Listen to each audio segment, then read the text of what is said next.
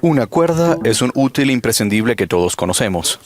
Las cuerdas se elaboran con hebras de tela, plantas, alambre u otros materiales, cada uno de ellos torcidos o trenzados entre sí.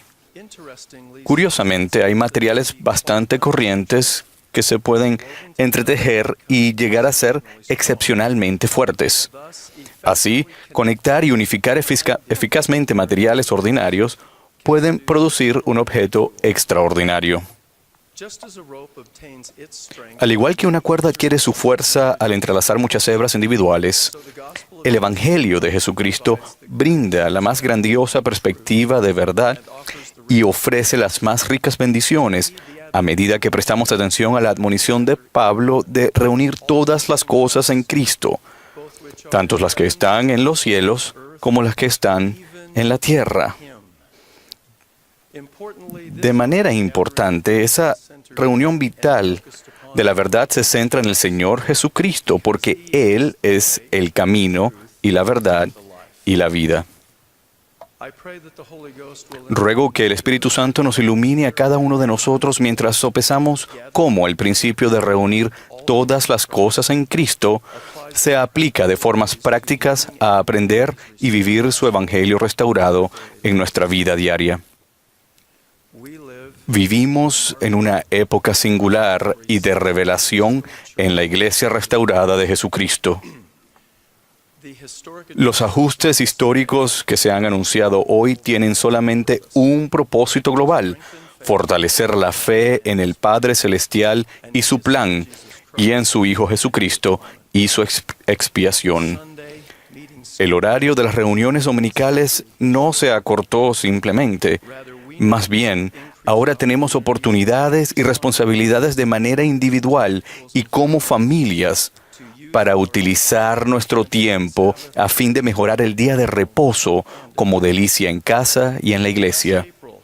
En abril, no solo se cambió la estructura organizativa de los quórumes del sacerdocio, sino que se dio énfasis y fuerza a una manera superior y más sagrada de ministrar a nuestros hermanos y hermanas.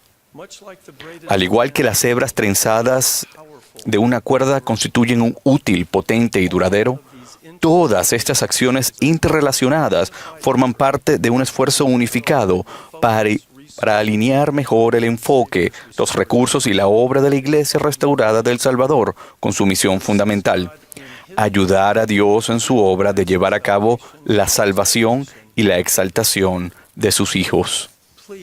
Por favor, no se centren principalmente en los aspectos logísticos de lo que se ha anunciado. No debemos permitir que los detalles de procedimiento oscurezcan las razones espirituales supremas por las que se hacen estos cambios ahora. Es nuestro deseo que la fe en el plan del Padre y en la misión redentora del Salvador aumenten en la tierra y que se establezca el convenio sempiterno de Dios. Nuestros únicos objetivos son facilitar la conversión continua al Señor y amar de manera más completa y servir más eficazmente a nuestros hermanos y hermanas. A veces, los miembros de la Iglesia segmentamos, separamos y aplicamos el Evangelio en nuestra vida, creando largas listas de temas específicos para estudiar y de tareas que cumplir. Pero ese enfoque potencial podría limitar nuestro entendimiento y nuestra visión. Debemos tener cuidado porque el enfoque farisaico, basado en listas de tareas, puede evitar que nos acerquemos más al Señor. El propósito y la purificación, la felicidad y el gozo, y la conversión y protección continuas que vienen de entregar nuestro corazón a Dios y de recibir su imagen en nuestros rostros, no se pueden obtener solo con efectuar y tachar de la lista todas las cosas espirituales que se supone que debemos hacer. Más bien, el poder del Evangelio del Salvador para transformarnos y bendecirnos fluye al discernir y aplicar la interrelación entre su doctrina, sus principios y sus prácticas.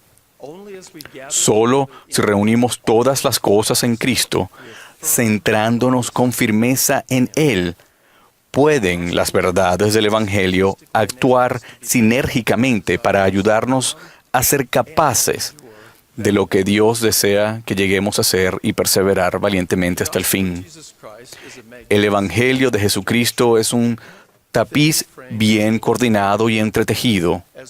Cuando aprendemos las verdades reveladas del Evangelio y las entrelazamos, somos bendecidos con una valiosa perspectiva y una mayor capacidad espiritual por medio de ojos que pueden ver la influencia del Señor en nuestra vida y oídos que pueden oír su voz. Y el principio de reunir todas las cosas en Él nos puede ayudar a cambiar las tradicionales listas de tareas por un todo unificado, integrado y completo. Permítanme darles un ejemplo tanto doctrinal como de la Iglesia de lo que estoy sugiriendo. Primer ejemplo. El cuarto artículo de fe es uno de los más grandes ejemplos de cómo reunir todas las cosas en Cristo. Creemos que los primeros principios y ordenanzas del Evangelio son, primero, fe en el Señor Jesucristo; segundo, arrepentimiento; tercero, bautismo por inmersión para la remisión de los pecados; cuarto, imposición de manos para comunicar el don del Espíritu Santo. La verdadera fe se centra en el Señor Jesucristo, en Él como el Hijo divino y unigénito del Padre, y en Él y en la misión redentora que Él cumplió. Porque Él ha cumplido los fines de la ley y reclama a todos los que tienen fe en Él. Y los que tienen fe en Él se allegarán a todo lo bueno. Por tanto, Él aboga por la causa de los hijos de los hombres y mora eternamente en los cielos. Ejercer fe en Cristo es confiar y depositar nuestra confianza en Él como nuestro Salvador, en su nombre y en sus promesas.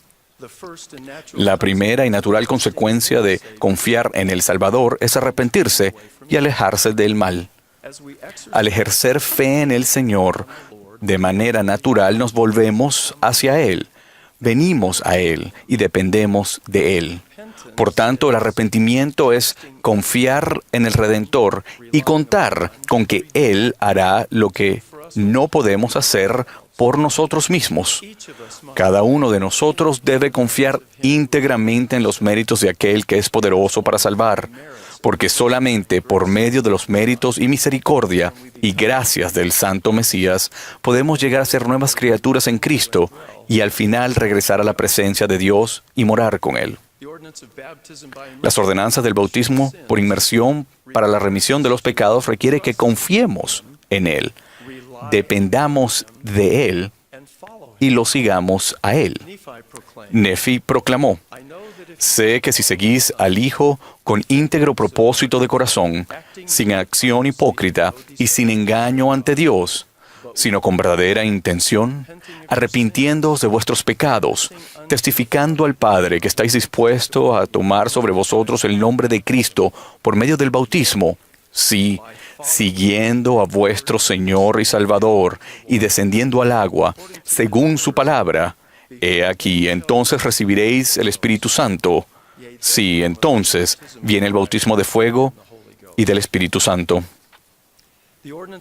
La ordenanza de la imposición de manos para comunicar el don del Espíritu Santo requiere que confiemos en Él, dependamos de Él, lo sigamos a Él y marchemos adelante en Él y con la ayuda de su Santo Espíritu. Como Nefi declaró: y ahora bien, por esto sé que a menos que el hombre persevere hasta el fin, siguiendo el ejemplo del Hijo del Dios viviente, no puede ser salvo. El cuarto artículo de fe no solo señala los principios y las ordenanzas fundamentales del Evangelio restaurado. Más bien, esta inspirada declaración de creencias reúne todas las cosas en Cristo.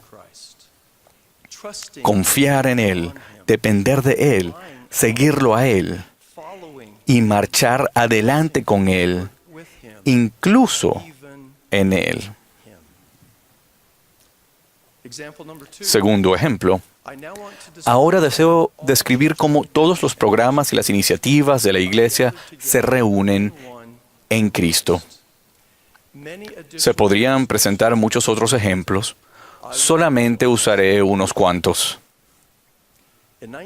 En 1978, el presidente Spencer W. Kimball dijo a los miembros de la Iglesia que debían aumentar la fortaleza de Sion en todo el mundo. Aconsejó a los santos que permanecieran en su tierra natal y establecieran estacas fuertes, reuniendo a la familia de Dios y enseñándoles las vías del Señor.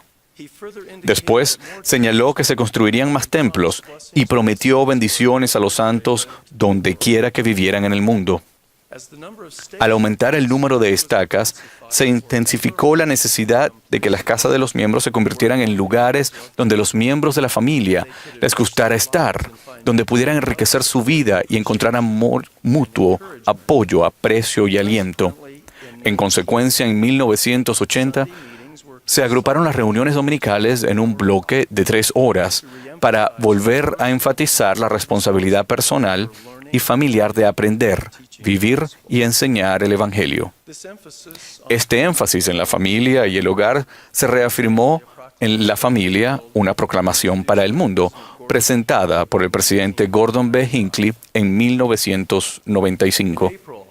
En abril de 1998, el presidente Hinckley anunció la construcción de muchos templos pequeños, acercando así las ordenanzas sagradas de la casa del Señor a personas y familias santos de los últimos días en todo el mundo. Y este incremento de las oportunidades de crecimiento y desarrollo espiritual se complementaron con el correspondiente incremento de la autosuficiencia temporal mediante la introducción del Fondo Perpetuo para la Educación en el año 2001.